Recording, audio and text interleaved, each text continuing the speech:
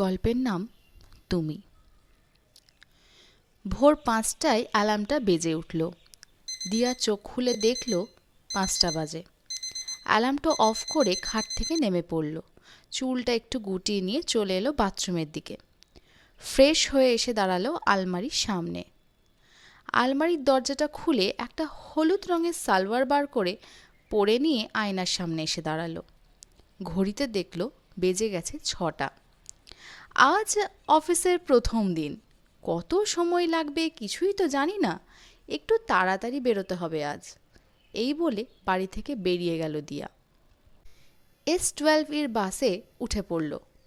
বাসে উঠে ভিড় ঠেলে একটা নির্দিষ্ট জায়গায় এসে দাঁড়ালো। কে জানে কতক্ষণ লাগবে পৌঁছতে। প্রথম মাসের টাকাটা পেয়ে আগে মাকে একটা শাড়ি আর বোনকে একটা কুর্তি কিনে দেব। কোনোদিন তো ওদের জন্য কিছুই করতে পারিনি। এত বড় একটা জায়গায় কাজ করতে পারবো কখনো ভাবিনি। দিয়ার বাড়ি বর্ধমান। কম্পিউটার সায়েন্স নিয়ে পাস আউট করে দিয়া কলকাতার একটা বড় কোম্পানিতে অ্যাপ্লাই করেছিল। আগের সপ্তাহেই ইন্টারভিউ ছিল। ইন্টারভিউটা বেশ ভালোভাবেই ক্র্যাক করতে পেরেছে। আজকে প্রথম দিন, ইমপ্রেশনটা একটু ঠিক রাখতে হবে। খুব ভয়ও করছে, আবার খুব এক্সাইটেডও লাগছে। এই সব ভাবতে ভাবতে তাকিয়ে দেখলো অফিস চলে এসেছে। কন্ডাক্টর দাদাকে ভাড়া দিয়ে নেমে পড়ল অফিসের সামনে। অফিসে ঢুকতেই দেখলো কিছু লোক গল্প করছে আর বাকি চেয়ারগুলো ফাঁকা। দিয়া হাতের ঘড়িতে তাকিয়ে দেখল ঘড়িতে বাজে 7টা 30। একটু আগেই চলে এসেছে। 8টা থেকে অফিস টাইম। বুঝতে পারল সবাই এখনো এসে পৌঁছায়নি। যারা এসেছিল তারা এসে দিয়াকে কংগ্রাচুলেশনস বলল। ওর সাথে আলাপ করতে চাইল, কোথায় বাড়ি কি না এইসব। দিয়াও জিজ্ঞেস করলো কে কোথায় থাকে। কিছুক্ষণ পর দেখল বস ঢুকলেন। সবাই নিজের নিজের জায়গায় চলে গেল। উইশ করলো। দিয়াও উঠে দাঁড়ালো। বস এসে দাঁড়ালো দিয়ার সামনে। Happy first day in SMPL group of industries limited miss দিয়া চ্যাটার্জি, এই বলে উনি চলে গেলেন নিজের চেম্বারে। দিয়া বসে পড়ল কোণে একটা চেয়ারে। কিছুক্ষণ পর একজন এসে বললেন, স্যার আপনাকে কেবিনে ডেকেছেন। দিয়া বসের কেবিনে গিয়ে নক করে ঘরে ঢুকতেই বলল, ইয়েস স্যার। বস কম্পিউটারের দিকে তাকিয়েই বললেন, হ্যাঁ, প্রিয়া আমার PA, ও আপনাকে বুঝিয়ে দেবে আপনার কাজ কি হবে। ওকে স্যার, বলে দিয়া বেরিয়ে গেল কেবিন থেকে। প্রিয়া এসে বলল, Diya you will be working here, make yourself comfortable and এই ফাইলসগুলো চেক করে কম্পিউটারে এন্ট্রি করে রাখো। ওকে? ওকে ম্যাম, বলে দিয়া ফাইলসগুলো তুলে নিল হাতে। সব কাজ কমপ্লিট করে দিয়া বাড়ি যাওয়ার জন্য বেরোল। বাস ধরার জন্য দাঁড়িয়ে আছে। লেকটাউনে একটা ঘর ভাড়া নিয়ে থাকে দিয়া। ওর পাশে এসে দাঁড়ালো একটা মেয়ে। দিয়া তাকিয়ে দেখল একজন কলিগ, যার সাথে ওর সকালে কথা হয়েছে অফিস শুরু হওয়ার আগে। মেয়েটি বলল, হাই, তুমি কি বাড়ি যাচ্ছ? হ্যাঁ, তুমিও তো লেকটাউনেই থাকো বললে, চলো একসাথে যাওয়া যাক। মেয়েটির নাম মেঘলা। একজন সঙ্গী পেয়ে দিয়ার বেশ ভালোই লাগলো। বাস এসে দাঁড়াতেই দুজনেই উঠে পড়ল। দিয়া বসলো জানলার পাশে একটা সিটে আর মেঘলা ওর পাশে। তারপর দুজনেই গল্প করতে শুরু করলো। বাড়িতে কে কে আছে, কোথায় বাড়ি। গল্প করতে করতে দিয়া দেখলো ওর নামার সময় হয়ে গেছে। দিয়া বলল, ওকে বাই, কাল দেখা হচ্ছে। রাস্তার ভেতরে একটা গলির ভেতর দিয়ার বাড়ি। বাড়ি এসে ফ্রেশ হয়ে রান্নাঘরে গেল রাতের খাবার বানাতে। ইতিমধ্যে ফোনটা বেজে উঠল। তাকিয়ে দেখল মা ফোন করছে। হ্যালো। হ্যাঁ মা, বলো। উপাস থেকে দিয়ার মা বললেন, কিরে তোর প্রথম দিন কেমন কাটলো? দিয়া উত্তর দিল, হ্যাঁ মা, ভালোই, তোমরা কেমন আছো? উত্তরে মা বললেন, আমরা ভালোই আছি। শোন না, কাল একটু ছুটি নিয়ে বাড়ি আয় না রে, একটা ভালো ছেলে পেয়েছি। দিয়া বলল, মা আবার? তোমার কি আমাকে রিজেক্ট হতে দেখে খুব ভালো লাগে? তোমাকে তো বলেছি আমি আর কারুর সামনে পুতুল হয়ে বসতে পারবো না। মা বললেন, না রে, এই ছেলেটা বেশ ভালো, ওর বাবা মা তোর ফটো দেখেছে, ওনাদের তোকে বেশ ভালো লেগেছে। দিয়া বলল, ছেলেটা কি দেখেছে? মা বললেন, না, ছেলেটা তোর ফটো দেখেনি, ও ও ওর মা বাবাকে বলেছে তোমরা যা ঠিক করবে তাই হবে। তোর মতন নাকি ওকেও প্রচুর মেয়ে রিজেক্ট করেছে। না, তা বলে ছেলেটা খারাপ না। হ্যাঁ, দেখতে একটু কালো, কিন্তু খুব ভালো ছেলে। আমি আর তোর বাবা দেখে এসেছি। দিয়া কিছুক্ষণ চুপ থেকে উত্তর দিল, ঠিক আছে, আমি দেখতে চাই না কাউকে। তোমরা যাকে ঠিক করবে তার সাথেই বিয়ে হবে। মা বেশ খুশি হয়েই ফোনটা কেটে দিলেন। রাতের ডিনার করে দিয়া তাড়াতাড়ি শুয়ে পড়ল। পরের দিন সকালে আবার অফিস আছে। এরকমভাবেই 2 মাস কেটে গেল। রোজই অফিস যায়, কাজ করে, রাতে এসে বাবা মার সাথে কথা বলে, ডিনার করে শুয়ে পড়ে। এরকমই একদিন সন্ধেবেলা সোফায় বসে কফি খাচ্ছিল, দেখলো মা ফোন করেছে। কিরে, কি করছিস? দিয়া বলল, এই তো মা এলাম। মা বলল, আচ্ছা শোন না, বলছি ওই ছেলেটার সাথে আমরা কথা বলেছি, তুই কাল ছুটি নিয়ে বাড়ি চলে আয়। দিয়া বলল, কাল? কেন? তোমাদের তো বললাম তোমরা যার সাথে ঠিক করবে তাকেই বিয়ে করব। মা বললেন, হ্যাঁ সেই জন্যেই তো বলছি, আমরা সব ঠিক করে ফেলেছি, তুই কাল চলে আয়, কেনাকেটা হয়ে গেছে, পরশু বিয়ে। দিয়া বলল, কি, পরশু? আম, আচ্ছা, ঠিক আছে। পরের দিন অফিসে গিয়ে বসকে বলল, স্যার আমার কিছু দিনের ছুটি চাই, অ্যাকচুয়ালি গেটিং ম্যারেড। বস বললেন, একটা অ্যাপ্লিকেশন লিখে অফিস মেলে মেল করে দেবেন। দিয়া বলল, ওকে স্যার, বলে চলে এলো কেবিন থেকে। অ্যাপ্লিকেশনটা মেল করে বেরিয়ে গেল অফিস থেকে। অফিস থেকে বেরিয়ে লেক টাউনের বাড়ি থেকে এসে ব্যাগ গুছিয়ে বেরিয়ে গেল বাড়ির জন্য। ট্রেনে উঠে নানা রকম চিন্তা আসতে থাকলো মাথায়। আদেও কি বিয়েটা হবে? সে আমাকে দেখার পর আবার, না, থাক, এসব ভাববো না, যা হবে দেখা যাবে। যথাসময়ে বাড়িতে এসে পৌঁছালো। দেখলো বাড়িতে প্যান্ডেল হচ্ছে, ফুল দিয়ে আলো দিয়ে গোটা বাড়িটা সাজানো হয়েছে। বাড়িতে ঢুকতেই মা এসে বললেন, আয় আয় বস, একবার দেখবি নাকি ফটোটা? দিয়া বলল, না। অবশেষে বিয়ের দিন এসে পৌঁছালো।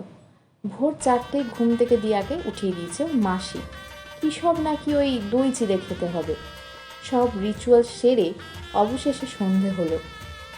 দিয়াকে কনের সাজে বেশ লাগছে। সানাই বাজছে, গোটা বাড়িটা আলো ফুলে ভরে উঠেছে। ঠিক সময় বর এসে পৌঁছালো। কনেকে নিয়ে আসা হলো শুভদৃষ্টি হবে।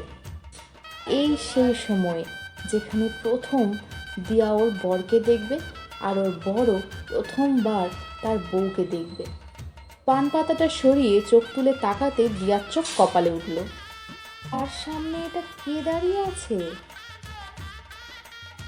একটা রোগা ছিপছিপে লোক, খুব সুপুরুষ নয়, একটু শ্যামবর্ণ গায়ের রং।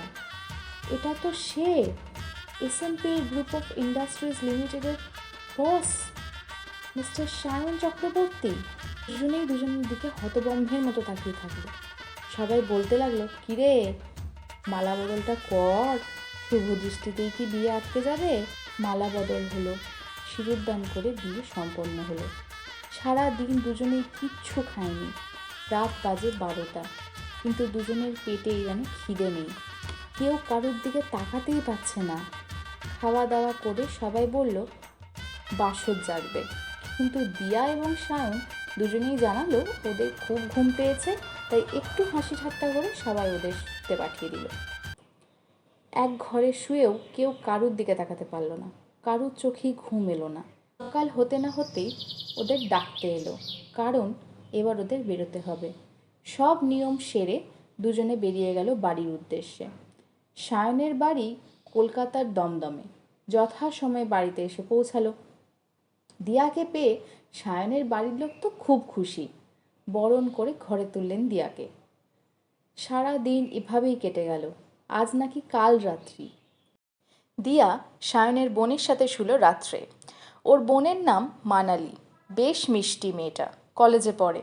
পরের দিন দিয়ার বাবা মা এসে পৌঁছালো। ভাত কাপড়ের অনুষ্ঠান। সন্ধেবেলা প্রচুর লোকজন এলো। সন্ধে পেরিয়ে রাত হলো। আজ ওদের ফুলশয্যা। দিয়াকে খুব সুন্দর করে সাজানো হয়েছে ফুল দিয়ে। সায়নকে সবাই জোর করে ওই ঘরে পাঠিয়ে দিল। সায়ন দিয়ার দিকে না তাকিয়ে বলল, আমি সোফাতে শুয়ে পড়ছি। দিয়া কোনো উত্তর না দিয়ে শুয়ে পড়ল, কিন্তু কোনো না জিজ্ঞেস করলে খুব খচখচ করছে। দিয়া তাকিয়ে দেখল সায়ন এখনো ঘুমায়নি। বলল, আপনি জানতেন? সায়ন উত্তর দিল, না, আমি জানতাম না। আপনাকে বলতে আমার কোনো দ্বিধা নেই, এর আগে আমি অনেকের বাড়ি গেছি পাত্রী দেখতে, সবাই আমাকে রিজেক্ট করেছে, কেউ আমার সামনে, আবার কেউ ফোন করেই পরে বলেছে। তাই আমি আমার বাবা মাকে বলেছিলাম, তোমরা যাকে বলবে আমি তাকে বিয়ে করব। কিন্তু আপনি? সায়ন কথাটা শেষ করার আগেই দিয়া বলল, না, আমিও জানতাম না, আমার গল্পটাও এক। সায়ন বলল, ও আচ্ছা, যাই হোক, দেখুন আমার বাবা মা এই বিয়েটা নিয়ে খুব এক্সাইটেড, কিন্তু আমি একদমই না। আপনি আমার এমপ্লয়ি, আর আমার সোশ্যাল প্রেস্টিজটা আমার কাছে খুব ইম্পর্ট্যান্ট। বাইরে কেউ যেন কিছু না জানতে পারে। কাল আমি সল্টলেকে চলে যাব, ওখানে আমার ফ্ল্যাট আছে, আপনি চাইলে আসতে পারেন, কিন্তু প্লিজ কিছু এক্সপেক্ট করবেন না। দিয়া সবটা শোনার পর বলল, ওকে। আমিও লেক টাউনে একটা ঘর ভাড়া নিয়ে থাকি। আমরা এখান থেকে একসাথে বেরোবো, তারপর আমার রাস্তা আলাদা আর আপনার রাস্তা আলাদা। কিন্তু চিন্তা করবেন না, কেউ কিচ্ছু জানতে পারবে না স্যার। আর আপনার সাথে আমার একটাই সম্পর্ক, আপনি আমার বস। এই বলে দুজনেই ঘুমিয়ে পড়ল। পরের দিন দুজনেই বেরিয়ে পড়ল। দিয়া চলে গেল নিজের লেক টাউনের ভাড়া বাড়িতে, আর সায়ন ওর ফ্ল্যাটে। জীবন আবার আগের মতোই চলতে থাকলো। 2 সপ্তাহ এভাবেই কেটে গেল। এরকমই একদিন সন্ধেবেলা অফিস থেকে ফেরার পর দিয়া মাকে ফোন করছে। হঠাৎ দেখলো ফোনে একটা ফোন ঢুকছে। মাকে একটু পরে ফোন করছে বলে কলটা কেটে দিল। দেখলো ফোন করছে সায়ন। ফোনটা তুলতেই দিয়া বলল, hello sir, good evening. Sayan বলল, দিয়া, আপনাকে একটু আমার বাড়িতে আসতে হবে। অ্যাকচুয়ালি কাল মা আর বোন আসছে আমার ফ্ল্যাটে। যখন বাড়ি থেকে ফোন করে তখন আমি কিছু না কিছু বলে কাটিয়ে দিতে পারি, কিন্তু এবার মা এখানে 1 মাস থাকবে, তাই সায়ন কথা শেষ করার আগে দিয়া বলল, হ্যাঁ স্যার, আমি পৌঁছে যাব কাল সকালেই। সায়ন বলল, থ্যাংক ইউ। পরের দিন সকালে কিছু জামা কাপড় গুছিয়ে নিচে এসে দাঁড়ালো। দেখলো নিচে সায়ন দাঁড়িয়ে আছে। উঠে এলো সায়নের গাড়িতে। গাড়িটা এসে পৌঁছালো সায়নের ফ্ল্যাটের সামনে। ফ্ল্যাটে পৌঁছে দিয়া ফ্ল্যাটটা একটু ঠিক করে গুছিয়ে নিল, যাতে ওনারা এসে কিছু বুঝতে না পারেন। ওনাদের জন্য দুপুরের খাবারের ব্যবস্থা করলো। কিছুক্ষণ পর সায়নের মা আর বোন এসে পৌঁছালো। সায়ন দরজা খুলল। মা ঘরে ঢুকতেই দিয়াকে জিজ্ঞেস করলেন, কেমন আছিস? দিয়া বলল, ভালো আছি মা।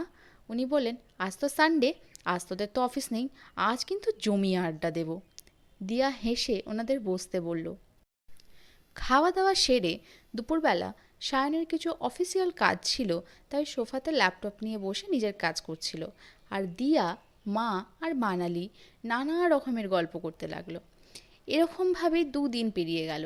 বাড়িতে ওরা কাউকে বুঝতেই দিল না যে ওদের মধ্যে কোনো সম্পর্ক নেই, আর অফিসে কাউকে কখনো জানতেই দেয়নি যে ওরা বিবাহিত। একদিন সন্ধ্যাবেলা অফিসে একটা ছোট্ট গেট টুগেদার ছিল। সায়ন রেডি হয়ে দিয়াকে ডাকলো, আপনার হলো? সায়নের মা আর মানালি দুজন দুজনের দিকে তাকালো। সবাইকে বলে দিয়া আর সায়ন বেরোলো অফিসে যাওয়ার জন্য। অফিসের একটু আগে গাড়িটা থামিয়ে দিতে বলল দিয়া। মা আর মানালি আসার পর ওরা প্রায় দিন ঘর থেকে একসাথেই বেরোয়, আর অফিসের কিছুটা আগেই নেমে যায়, বাকিটা হেঁটেই চলে যায়। সেরকমই সেদিনও হেঁটেই চলে এলো অফিসে। অফিসে পৌঁছানোর পর দুজন দুজনের টাইম স্পেন্ড করতে লাগলো। কিন্তু সায়নের চোখ যেন আজ দিয়ার ওপর থেকে সরছেই না। একটা হালকা নীল রঙের শাড়িতে বেশ সুন্দর লাগছে দিয়াকে। আসলে কোনোদিন তো সেরকমভাবে তাকাইনি ওর দিকে। যাই হোক, দুজনে সব শেষে এসে পৌঁছালো বাড়িতে। মা দরজা খুললেন। ঘরে ঢুকতেই বললেন, শোন, কাল তোরা বেরোচ্ছিস, গুছিয়ে নে। সায়ন আর দিয়া দুজন দুজনের মুখের দিকে তাকালো। সায়ন জিজ্ঞেস করলো, বেরোবো? কোথায় বেরোবো? মানালি বলল, দাদা ভাই, কাল তোরা ঘুরতে যাচ্ছিস, টিকিট কাটা, হোটেল বুকিং সব হয়ে গেছে। তোরা দুজনেই এতই ব্যস্ত, সারাক্ষণ শুধু অফিস আর কাজ, তাই বাবা টিকিট কেটে দিয়েছে, হোটেলও বুক করে দিয়েছে। কাল তোরা হানিমুনে যাচ্ছিস, বালি। সায়ন আকাশ থেকে পড়ল। দিয়া কি একটা বলতে যাচ্ছিল, ওকে থামিয়ে মা বলে উঠলেন, আমি আর কিচ্ছু শুনতে চাই না। জামা কাপড় যা যা লাগবে সব গুছিয়ে নে, কাল বিকেল 5টায় তোদের ফ্লাইট। এই বলে শুতে চলে গেলেন। দিয়া সায়ন কিছুই না বলে ঘরে ঢুকে পড়ল। সায়ন আবার নিজের কাজ নিয়ে বসে পড়ল আর দিয়া ব্যাগ গোছাতে থাকলো। নিজের জামা কাপড় গুছিয়ে সায়নকে বলল, স্যার আমার গোছানো হয়ে গেছে, আপনি কি প্লিজ সেগুলো বার করে দিলে আমি গুছিয়ে দিতাম। সায়ন ল্যাপটপটা নামিয়ে নিজের কিছু জামা কাপড় দিয়াকে দিয়ে আবার কাজ নিয়ে বসে পড়ল। পরের দিন ঠিক সময়ে ওরা বেরিয়ে গেল ঘর থেকে। ফ্লাইটে বোর্ড করে অবশেষে হোটেলে এসে পৌঁছালো। দুজন দুজনের মতো সময় কাটাতে শুরু করলো। সায়ন নিজের কাজ নিয়েই থাকে আর দিয়া নিজের কাজ নিয়ে, আর মাঝে মধ্যেই নিজেরা নিজেদের মতো বাইরে চলে যায় ঘুরতে। 2-3 দিন এভাবেই কেটে গেল। একদিন সন্ধেবেলা দিয়া একটা কলে ব্যস্ত ছিল। কলটা শেষ হতেই দিয়া দেখল সায়ন ব্যালকনিতে বসে আছে। ওদের ব্যালকনি থেকে দৃশ্যটা খুব সুন্দর। দিয়া ব্যালকনিতে এলো, সায়নকে বলল, স্যার আপনি কফি খাবেন? সায়ন কি একটা ভাবছিল, তাই মনে হয় ঠিকঠাক শুনতে পেল না। দিয়া আবার জিজ্ঞেস করলো, স্যার? এবার সায়ন শুনতে পেয়ে উত্তর দিল, হুম। দিয়া দুজনের জন্যই কফি অর্ডার দিল। কফি আসতেই দিয়া নিয়ে এলো ব্যালকনিতে। ঠান্ডা হাওয়া দিচ্ছে, মনটা যেন শান্ত হয়ে গেল। হঠাৎ সায়ন বলে উঠল, জানেন দিয়া, আপনাকে আমি বলেছি এর আগে আমাকে এতজন দেখেছে, সবাই কি বলেছে। হ্যাঁ, আপনার ক্ষেত্রেও জিনিসটা একই। আমার সাথেই আপনার বিয়ে যখন হলো তখন ভেবেছিলাম এই সম্পর্কটা থেকে আমি বেরিয়ে আসব, কারণ আমার সোশ্যাল প্রেস্টিজ আমার কাছে অনেক ইম্পর্ট্যান্ট। কিন্তু জানেন, আমার জীবনে এমন একটা মানুষ এসেছে যে আমাকে আমার বাইরের চাকচিক্য দেখে কখনো কোনো দিন কিছু বলেনি। বাইরে বাড়িতে কারোর কাছে জানতেই দেননি যে আমার সাথে আপনার সম্পর্ক কী। মেঘলা বোধহয় সবটা জানে, তাই না? দিয়া বলল, হ্যাঁ আসলে মেঘলা খুব ভালো মেয়ে। অফিসের প্রথম দিন থেকে আমাকে অনেক সাহায্য করেছে। খুব ভালো বন্ধু আমার মেঘলা, ও কাউকে বলবে না। সায়ন বলল, আমি ওনাকে খুব ভালোবেসে ফেলেছি। দিয়া কিছুক্ষণ চুপ করে থেকে জিজ্ঞেস করল, আমি কি তার নামটা জানতে পারি? কে সে? সে কি? সায়ন থামিয়ে দিয়ার মুখের দিকে তাকিয়ে আবার সামনের দিকে তাকালো, একটু হেসে বলল, তুমি। আমি জানি তুমি একটা জায়গায় অ্যাপ্লাই করেছো। বিশ্বাস করো, আমার কোনো যায় আসে না আপনার মানে তোমার আর আমার ব্যাপারে যদি কেউ জানতে পারে। সায়ন দেখলো দিয়ার চোখে জল। সায়ন একটু এগিয়ে এসে দিয়ার হাতটা ধরে বলল, আমি তোমাকে ভালোবাসি মিসেস দিয়া চক্রবর্তী। এরকম আরও অনেক গল্প পেতে গেলে প্লিজ সাবস্ক্রাইব টু গল্পওয়ালি। আপনাদের গল্পওয়ালি কথা দিচ্ছে আপনাদের জন্য আরও অনেক সুন্দর সুন্দর গল্প নিয়ে আসবে।